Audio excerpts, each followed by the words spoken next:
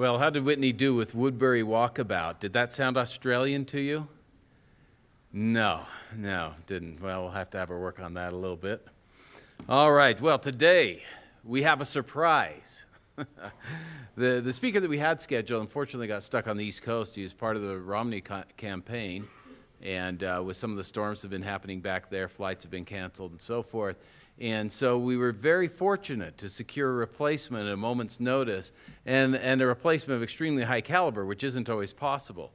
So let me introduce today our guest, John M. Knab, who's the managing director of the USA Housing Alliance. And this is a real estate fund capitalizing upon the unprecedented favorable property acquisition opportunities throughout the U.S. market, which is another way of saying interest rates are down and the market's down. It's a good time to buy, right? So Mr. Knab was formerly the CEO of Phoenix Broadband, recently named as one of Utah's top 25 tech titans over the past 25 years. He served on the Phoenix Broadband board for 22 years. He also served as an outside director of the Bay Hill Capital Fund. Mr. Knab's career included a decade with IBM Corporation at their headquarters with focus on channel marketing. He was also later recruited to Verizon as a director. Mr. Knab has been a trustee with the Mountain West Capital Network and founded the high-profile Utah 100 event that recognizes the 100 fastest-growing companies in the state. Phonics qualified as one of the fastest-growing companies many years running and earned the second fastest-growing firm for one of these years. Mr. Knab serves on the BYU Marriott School of Management's National Advisory Council, as well as being a founder with the BYU Center for Entrepreneurship and Technology. Mr. Knab is also a founding member of the Utah Technology Council and a member of their first executive committee. He graduated from Emory University with the MBA degree, also earned a bachelor's degree from Brigham Young University, where he was named Outstanding Senior of his college. He's married with 5 children and resides in Sandy, Utah. We're grateful for his presence today. It's one of the things that we enjoy about our relationship with BYU. It's largely kind of non-competitive. And we do have people who go back and forth serving the students on both campuses. So without further ado, then, let me welcome to the stand Mr. John M. Knab, today's Reed and Christine Halliday Executive Lecture Series lecturer. Appreciate it. Yeah, you know, I'm a golfer, and when I get a call like, hey, John, I know it's short notice, but we have an opening in our foursome today. Would you like to join us? You know, I know what that means. And David Bradford was supposed to be here. You know, he's a gentleman I know very well. And what a great opportunity that would have been. So, great election week of activities. So we're going to do an election. You have 2 choices today. I'm a Utah Republican delegate and very much a politico. So we can talk what just happened this week, or, and that should be interesting. Certainly would want your participation in some tough questions about what just happened. The other thing we can talk about, which I do frequently, is how to take ideas that you have now as a student and do something with them and transfer them to the marketplace. Okay, so we have the Politico session, we have the Taking Ideas to Market session. So, by a raise of hands, we will let you choose. Who wants to talk about what just happened, the Politico stuff? Okay, keep your hands up. All right, who wants to talk about transferring ideas? All right, looks like the Democrats have it. I mean, sorry, the other side. So, we're going to talk about transferring ideas. And maybe I can weave in a little Politico stuff about taking ideas to market in our business environment and maybe how I see that business environment over the next 4 years. Okay, so this is like having a remote in your hands and you just change the channel to transferring to getting ideas to market. So all of you here, I'd like you to look at a really pathetic quote. Buried here are all the ideas never invented, all the great products never made, all the bestsellers never written, masterpieces never painted, innovations never completed, and sadly, dreams never fulfilled. Now, the author is unknown. I wouldn't put my name on that quote. That's pretty sad, right? Now, think about your life and look at that quote And you do not want to be that person, that all those things that never happened, okay? So I guess we have 200 to 300 people here today. I've pretty much found out, doing this over the many years, that 1% of you are players in the idea space, meaning you're going to do something with your ideas. The other 99% are brilliant, high intellect, coming up with great ideas all the time, but you never do anything with them, ever. And then you see them come into the market and you go, hey, that was my idea. And now it's actually happened. So I don't know who the 1% is. There's 2 or 3 of you out there that are going to be real players in your life. And I'm going to share some things to the 3 of you that I think is going to help you. However, the other 297 of you don't have to tune out, because these are great principles we're going to talk about that you should know about. So we talk about the very few, but very few will act. 1 in 100,000 maybe in the actual marketplace. So of course I believe in non-disclosure documents, where you have somebody sign something that they won't share or steal your idea. But in the real world, you know, you can talk to a lot of people that aren't going to run out and do something with it. But if you're talking to a player over lunch, like, hey, Bob, I got this cool idea. I was thinking about ba, ba, ba, ba, ba. What does a player do? He runs online. He goes to googlepatents.com, and he immediately sees if anything's been filed on that idea. If it hasn't, he files a disclaimer that afternoon. I mean, I'm sorry, disclaimer. He files a, who's my patent guys? I'm getting a brain block. What do you file before the actual file of a patent? Provisional, thank you. He's going to file the provisional that afternoon. That gives him a year lock on that idea to file for it. And just that quick, a player researches it and throws a provisional down. And then he has a year to do market research to see if it's worthwhile. If it's worthwhile, he files an actual patent, and off he goes. And the guy that shared it with him never did anything with it anyway. He was just shooting the breeze over lunch. So I'm here to talk to some of you about becoming people of action and not to be passive, even while you're still at school. This is an actual quote from the U.S. Patent Office Director in 1899. He really believed this statement that he made. Everything that can be invented has been invented. We don't need a U.S. Patent Office any longer. And he made that proposal. Isn't that incredible?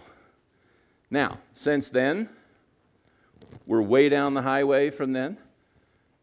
Is that a fair statement today? I mean, isn't technology pretty saturated? Aren't most of the cool ideas taken? And aren't we just fine-tuning away from what exists today, and it's just very modest, little, tiny movements? Do we really need a patent office anymore? So I would say there's more to be invented going forward that will eclipse everything that has been invented to this point in the world's history. That's what I believe.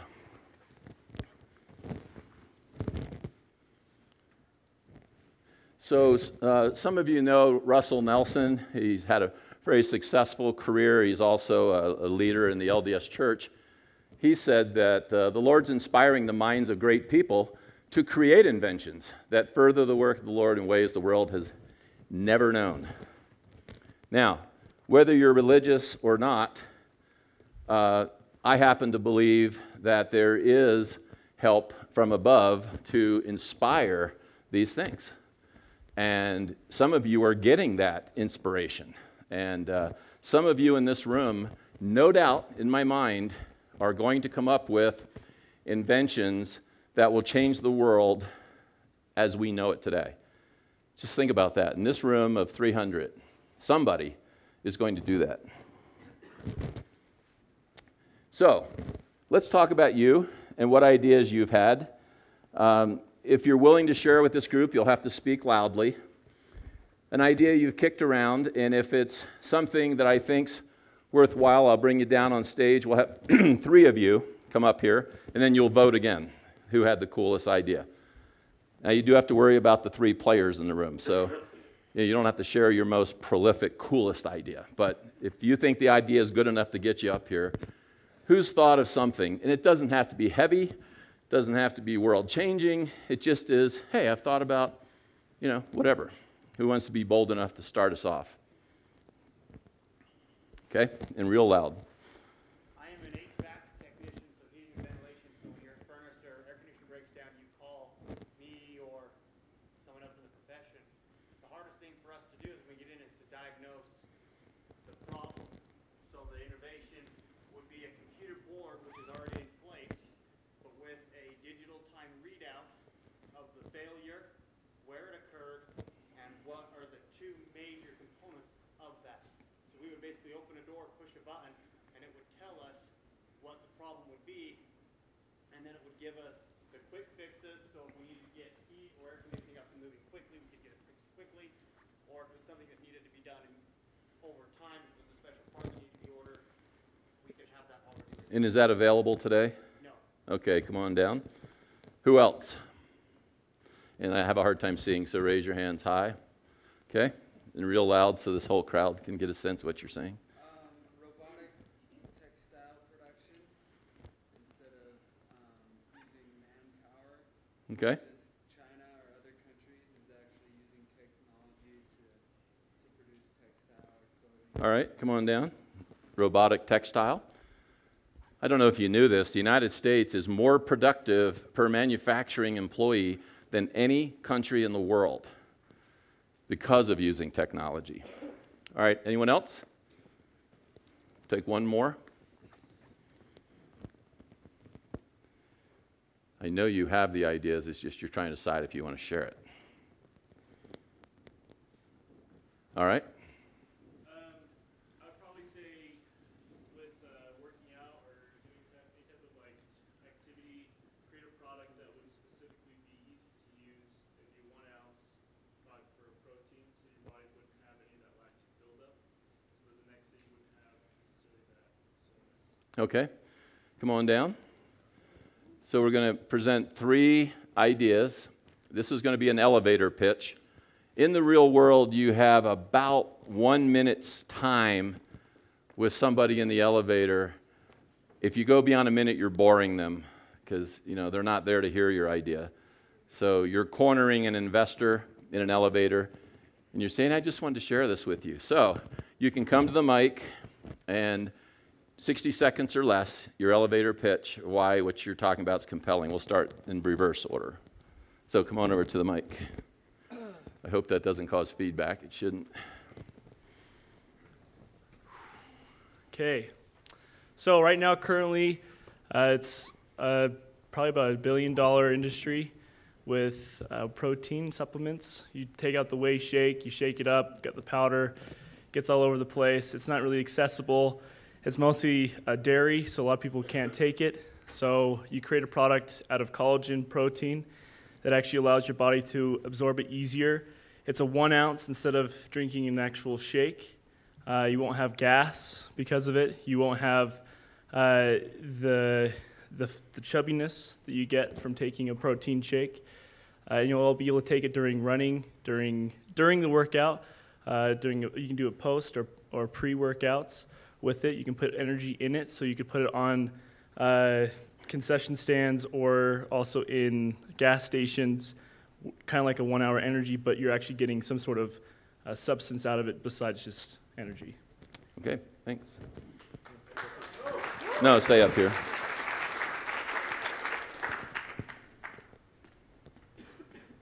Well, the little research I've done, it's about a $60 billion industry, textiles, in China per year. And so to bring that to America, it'd bring a lot of jobs, not going into politics too much, but it'd definitely bring a lot of jobs with producing technology and other sources to speed up the process of producing textile or clothing. And so I think it'd be very profitable. I think there'd be a huge market for engineers, for business people, for whoever wants to get involved in the industry to be able to produce that and to move it forward and have America be one of the largest producing countries of clothing. I think it'd be awesome. So, great, thanks.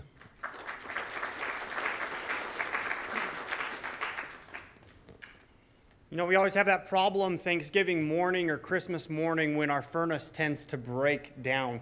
It never fails. I always get that call at 2 o'clock in the afternoon, can you come get my house warm for my family?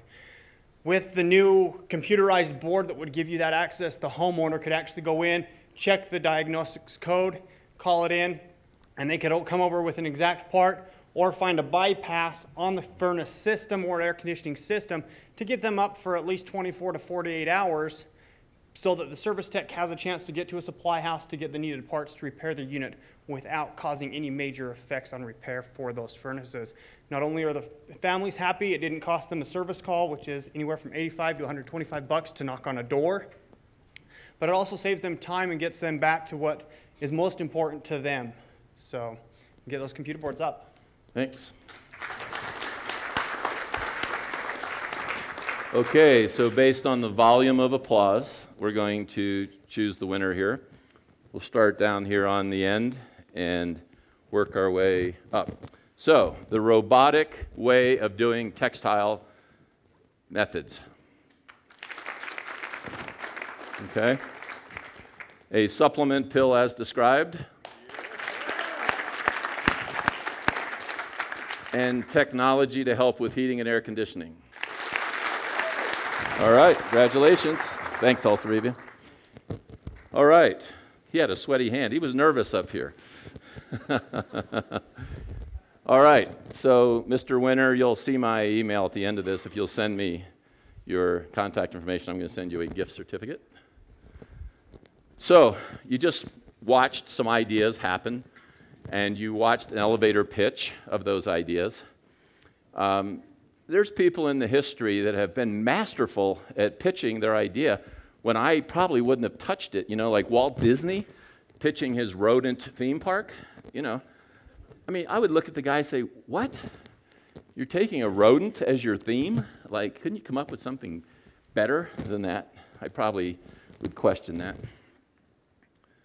Okay, if there's one thing you walk away today and do that you weren't doing in your life because you attended this session, is keep an Ideologue on your computer.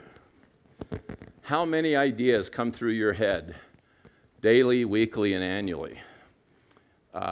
Some of you are totally addicted to coming up with ideas. It's in your head all the time. You're just constantly looking at ways to do things better. Now, an Ideologue is pretty simple. Just have a file on your computer that has the simple idea. You don't even have to go into any great description, just list it. Here's my promise. If you'll do this in your life, one of those ideas will happen for you, and it will be good for you.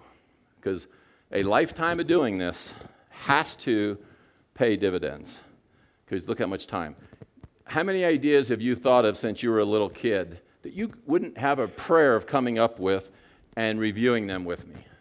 How many have come and gone? How many of them were awesome? Quite a few of them. My definition of awesome is it showed up in the market. And you honestly said, wait a minute, that was my idea 5 years ago. Has anyone had that experience in this room? Okay, there's hands. Those of you that just raise your hands, guess what? You are inventors. You just haven't gone through the quantification process of filing patents on those ideas or doing something with those ideas. But you are an inventor.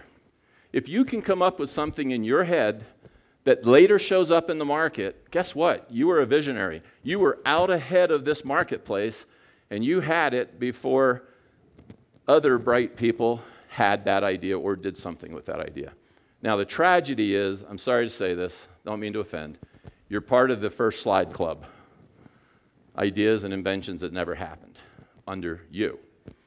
So we're going to talk about how to do something. The patent office has a new thing they're allowing. If you have a cool idea, grab 2 of your roommates, write a description of the thing, like a couple of sentences or a paragraph, maybe a little drawing, doesn't have to be fancy, and have 2 roommates sign it and date it that they read it and they understood it. Guess what? The patent office will recognize that, and it can give you an edge on someone else that's fighting on a timeline against you. So there's lots of sources for new ideas, and you can imagine, I think the Ideologue is probably the number one. And some of you on that last bullet, the always on mode, I'm one of those people. I don't want to always be on, but I am. You know, there isn't a day goes by that I don't see something where I say, that needs to be improved upon. I heard President Obama say in his acceptance speech, thank you for waiting in those long lines. And then he said, and by the way, we're going to fix that. I thought that was interesting. So now we have a whole bunch of idea people in the country, I'm sure, are scrambling of how to innovate our voting process. So you keep an Ideologue, and here's the read and understood, signed and dated by 2 witnesses. It doesn't matter who the witnesses are, just that they'll do it. So I have 5 things that I personally look at on any idea. I'm asked to invest in a lot of things, and so I had to come up with a template. Now, how did I come up with this template? Pretty simple. I've been to Sand Hill Road in California, in Menlo Park, where the biggest, largest, most successful venture capitalists hang out. And I got accepted and rejected based on different templates. And I listened to those people carefully. And a lot of this is coming from them. And I put together the top 5 collectively from everything I learned. Number 1, if there's not scalable growth potential, then personally I don't want to be involved. Now, you could have a great little business in Utah County with your idea, and it could create a great lifestyle for you and your family, and it doesn't go beyond Utah County, and it doesn't ever hit any strides, and there's nothing wrong with that. But I want something that has potential to be scalable, and that means it can grow beyond your imagination. There's a poster that I love from the founder of Microsoft, right? I just love this poster. It's back in the 70s, and Bill Gates is standing down in San Jose at a trade show. And he literally has a folding table and a little folded card sign that says Microsoft, and he has a little microprocessor sitting there, and he's got his little arms folded like this, and he's standing like this. Nobody's coming by his little booth. And that's the poster, right? That was the startup moment for Microsoft. And you had this fairly geeky guy with a card folding table and a really amateur sign, but he had sitting there one of the world's first microprocessors operating on a operating system for microprocessors. Well, that's scalable growth. You know, he became the wealthiest man in the world. Number 2, recurring revenue. There's lots of ideas that don't have recurring revenue, and they're okay and they're good ideas. But recurring revenue means that somebody is paying you every month or every quarter or every year, ongoing, to use whatever it is. Many of you in this room are paying recurring revenues to inventions. Most of you have cell phones, and you're paying recurring revenue to the cell phone provider. And there's many, many other examples. So if you have an idea, and if it has recurring revenue, you caught my attention. The third one is strong gross margins. I'm sure not everybody in the room is business students. Is that correct? Is it a mix, or is it all business students? It's a mix, mostly business students. Okay. Non-business students, not sure what gross margins mean, but basically it's the profit you're making before expenses needs to be enormous. It needs to be obscene. It needs to be like you're riddled with guilt, how much money you're making on this. So that would be starting at 50% profit, maybe going up into the 80% club. So if your idea has those kinds of profits, then that's very compelling. You can make mistakes with those kinds of margins. The fourth is something proprietary about what you're doing. Just something. One of the real fears is that you come up with this cool idea, and it's so cool that the whole world comes in on it and just mows you over, and they come in right behind you and take you out. And I was at IBM for a lot of years. IBM's very innovative in taking people out. They're not so much innovative at leading the charge. So we would let other companies spend the money, do the market validation, and go out into that market, and then we would see that, and then we would come in right behind them with better marketing muscle and better coverage than they had. But as I look at the history of IBM, we were always late to the game, and yet we still prevailed. Now, if some of those companies had better proprietary positions, they could put up a barrier to entry. And if you look up IBM's patent base right now, it's enormous. It's just I think they have more patents than some countries combined out there. I believe you should protect your ideas and file a patent as a student. Don't wait till you're out of school. If you get a great, you can do that provisional we talked about, and that's not expensive. And then you have a year to figure out if it's really worth filing. Finally, I think your idea should do something to change the world from how it is today. So changing the world doesn't mean big radical stuff. I mean, the paperclip changed the world. So just something that can change the world. So if you lay that template over an idea you have, and it's in your Ideologue, that's one you want to do something about. That's something you want to charge after. So the patent office, they like to know, is it really new? Is it really useful? Is it non-obvious? This says go to uspto.gov. That's the government's site, but I put in google/patents.com. That's way better. Google figured it out. I mean, it is so complex using the government's website to search for patents. And all you're doing at Google Patents, you're just seeing if it's already been patented, your idea. By the way, there's always some patents that should be posted on your filing that's close enough to your idea that they should be listed. It's called prior art. If the patent office sees an idea with no prior art, they know you didn't do your homework. And they're not real excited about putting time on your application. So just look for prior art. It's okay to have prior art. So speed to market. Thomas Edison, very well known. He's the inventor of electricity, did a great job. However, there was another, had the exact same idea out of Europe. Guess how late he was to the party? Anybody know? 3 hours. Thomas Edison filed 3 hours ahead of. Anybody know who he is? Yeah. Wow, good group. Usually nobody knows this person. It's so sad. Is that person equal intellect? Yeah. Innovator? Yes. Visionary? Yes. He should have been in world history. Now, even though you knew it, there's only half a dozen of you that knew. But if I would have said, who recalls Thomas Edison, the whole hands would have gone up. The point is very simple. Speed to market and swift to filing a provisional is critical. If you've got a hot idea, don't say to yourself, well, I'm going to finish this semester, maybe next summer, I'll take a minute or two and do this. No way. You know, you don't know that you don't have the next electricity invention. So speed is really, really important. All right, this is a book I recommend. If you have any interest in what we're talking about for yourself, this is a pretty inexpensive book. I think it's $50.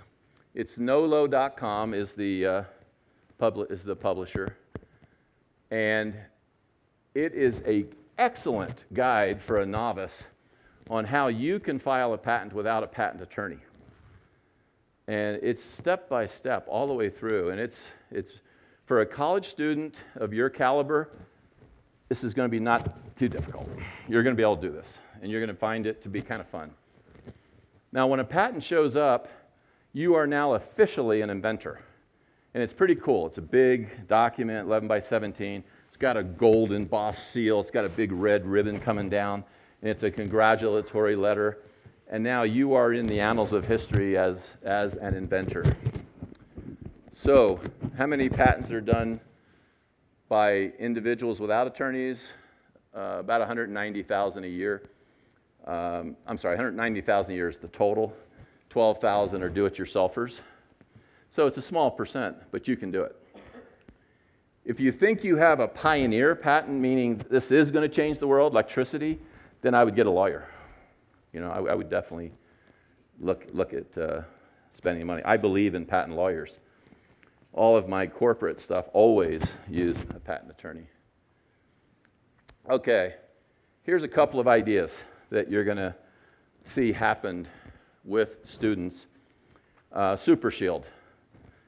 This is a student, came over from the Middle East, and he had a large screen TV in his apartment that had the grainy kind of a surface. And one of his roommates scratched it by mistake. So he was really ticked off. So he goes down to Home Depot and he buys a hunk of plexiglass and some Velcro and puts it over the TV screen so that can't happen again. And lo and behold, it smoothed out the picture. It was actually a better picture. So on top of protecting it, it presented a better picture. So he filed a patent. Now, most of my patents are high-tech, really complex. This guy was a hunk of plexiglass combined with Velcro, and he got a patent on it. So, interesting how I came to know about this story. I was marketing products through Thompson out of Paris, who has the RCA brand in the United States, and RCA grabbed the exclusive rights to Super Shield and paid him $1 million a year for the rights. He didn't do anything. He just assigned rights of his patent over and made $1 million a year. So that kind of ticks me off because my inventions and things are so complex, and you have to have all these regulatory approvals, and there's so many components to it. And this guy's doing it like that. So the other one is a local story, Utah County. Soap dispenser. Student came up with a plastic soap dispenser design, and it sticks on your wall in the shower. You pour the liquid soap, the liquid shampoo, and the liquid conditioner. And then you just push the button for whatever you need. You don't have bottles everywhere. A professor came to this student and said, I like the design. I like what you've done. Can we get a design patent on this? And they were able to. The professor paid the student $50,000 for the rights to just outright buy the patent and the design idea. Student was delirious. You know, can you imagine if you came up with a design and somebody cut you a check for $50,000? The professor went on to have it plastic molded out of China, got a contract with Walmart, and over 5 years, $50 million of revenue. And I think his take as a professor was about $10 million on it. So everybody wins. You know, the student's happy at $50,000, the professor's happy at $10 million. But you can do that. I mean, you can be the one that has it made and work with Walmart. So, other great ideas I've seen. When I was at PhoneX, came up with an idea for a wireless phone jack. This was when you plug into an electrical outlet, and presto, you have a phone outlet. That went on to do 15 million units. So that was a fun one. 1-800 contacts, you see them off of I-15. I-15. Jonathan Coons. I was in the room when he pitched 1-800 contacts as a business plan. You realize when he was done pitching it as a contest, university contest, people came up with checkbooks after the pitch and said, I want to put $100,000 in your company. You know, people believed in what he was the first to bring, you know, direct mail of contact lenses to the industry. And of course, it went on to go public, and it did fabulous. Billiards EX is another one about really fancy high-end pool tables, but he made them in China, and instead of paying $6,000 to $12,000 for one, these were like $1,200 to $1,500, and they looked just like the big fancy ones. The last one, there was a young lady, locally, came up with a antique ragdoll kit. And it was pretty cool. And she went on Home Shopping Network in QVC. And when you go there, you're on a stage, you got the cameras on you, and there's a counter there showing how many people are ordering this product while you're talking. And the way they work is you have to do $1,000 a minute in revenue and orders in order for your product to make the cut. And so she's up there explaining her ragdoll kit, and here's the end product, and this thing is going crazy. You know, it's just going so fast you can't even read the numbers. And she ended up becoming independently wealthy from her antique ragdoll set. Now there's an idea. That didn't take a lot of, high-tech insight, but brilliant. Brilliant patenting idea. All right, non-disclosures. We talked about it. I'm not sure, as a student, to another student, that you're going to plunk down a legal document and say, hey, I want to run something by you. Tell me if I'm on track here or not. How would you react to that? If you're out here in your student center and your buddy says, hey, I got this idea, but here's this full-page, 20-paragraph legal document that says you can't ever do anything with this idea. Aren't you pretty much going to tell that friend, hey, I'm happy to talk to you, but I'm not signing anything? You know, that's probably what would happen as a student. I recommend this if you, as a student, are taking an idea into a big company. I would ask them to. Half of them will sign, half of them won't. Especially if your idea has to do with their particular industry. How are we doing on time? 10 minutes. Do you trust people? Coming back to an NDA, non-disclosure, that means they're signing it, they're not going to steal it, they're not going to take it. Fundamentally, do you trust people? Will people steal your idea? Is it okay to steal an idea that isn't protected, that isn't patented, that doesn't have an NDA, that is vulnerable? Is that, out in the business world, is that okay to do? Probably have an ethics class here. That would be a great ethics class question. I'm going to say in the business world, if you're going to lay out that idea and it's not a protected idea, you put it into play, right? It's a dangerous thing to do. And even people that you think are honorable, if that's a hot, compelling idea and you're just kind of casually talking about it, remember I said when we started, the players are running to Google Patents and filing a provisional that afternoon. So I would just caution you to just be careful. It's a world where you do have to protect yourself. And even when you are protected, they still come after you and take your idea. And you still have to fight them, right? So that doesn't give you a catch-all. This is just saying you ought to do a prototype of your idea. I'm not going to talk about developing stages right now. I do want to talk about promoting. You guys live in an amazing time. This is the best time I've ever seen in my life for an idea to go viral and to go around the world and on a shoestring budget. That was impossible 20 years ago. Absolutely, totally impossible. So, can somebody tell me something you've seen that went crazy on YouTube? Anybody think of something that comes to mind? Yes.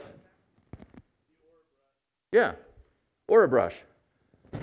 Or a brush brushes your tongue, right? This thing was dead in the water.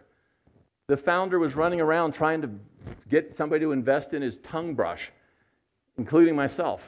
And I'm like, I don't know, man, tongue brush? I'm probably going to pass on the tongue brush. They really struggled, and they were getting no traction. But they were coming up traditional old school ways. And who's actually seen this thing on YouTube? Wow. A third to half the room. That's an incredible story. Little things doing awesome. What's another one you can think of? Yes. What is it? And tell me what that is.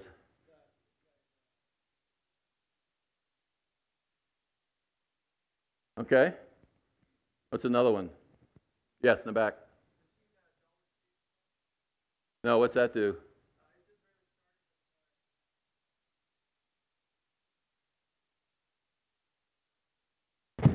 Okay.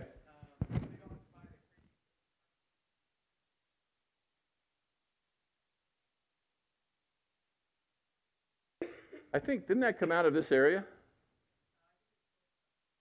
Was it? There's a guy I know that has a company that was struggling for a decade, right? A decade. One of my buddies was his VP of marketing, and they were getting nowhere. The blender.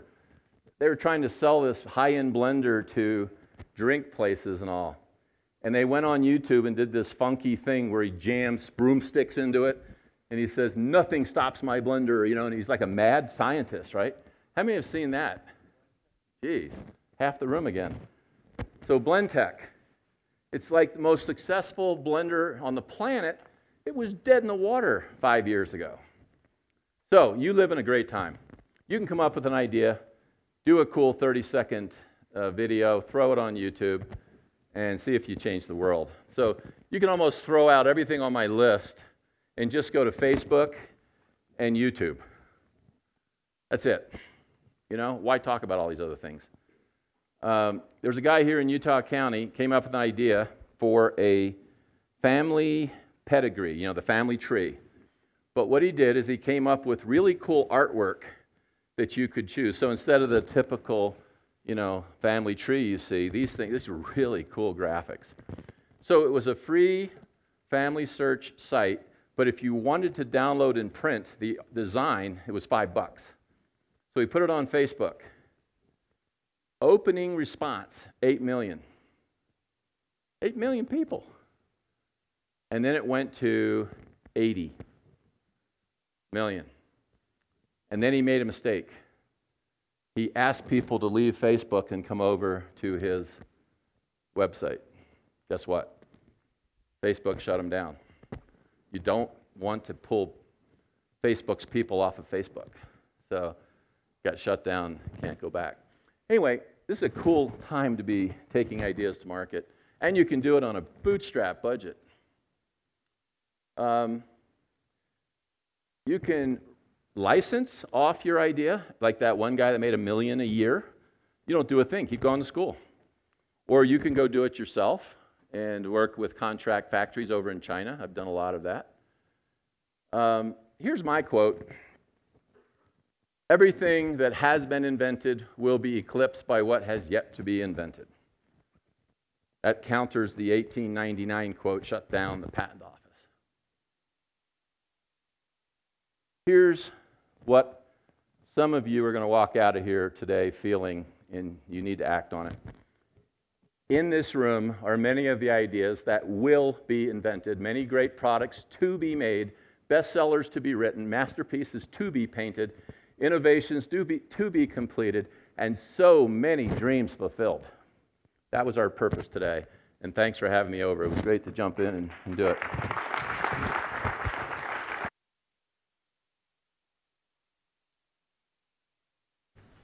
So we're running short, and I know some of you got to get to classes, but I think we may have time for one question if there's a question out there.